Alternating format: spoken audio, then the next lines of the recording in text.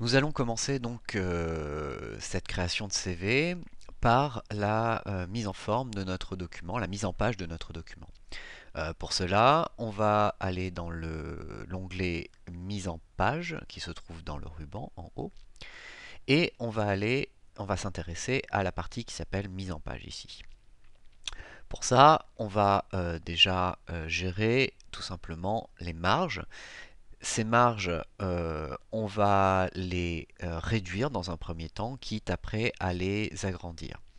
Donc pour ça, soit vous avez la possibilité de choisir des paramètres prédéfinis dans la liste déroulante, soit vous pouvez aller dans marge personnalisée, qui va vous permettre de configurer manuellement les différentes marges. Donc les marges, c'est la partie dans laquelle on ne pourra pas mettre de données texte, qui se trouve donc en haut, sur les côtés, à gauche et à droite, et en bas.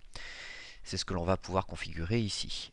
Je vais commencer par configurer toutes mes marges, tout simplement à 1 cm, et je vais cliquer sur OK.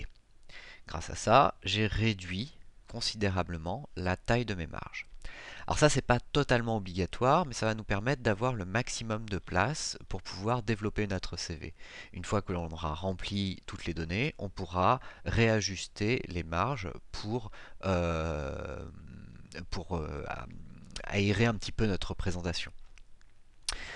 On le verra un petit peu plus tard, mais si l'on souhaite créer un CV en 2 colonnes, on va avoir aussi à configurer donc cette zone-là pour découper notre CV en 2 parties ou 3 parties différentes. Voilà, je vous propose de passer tout de suite à la mise en forme du profil.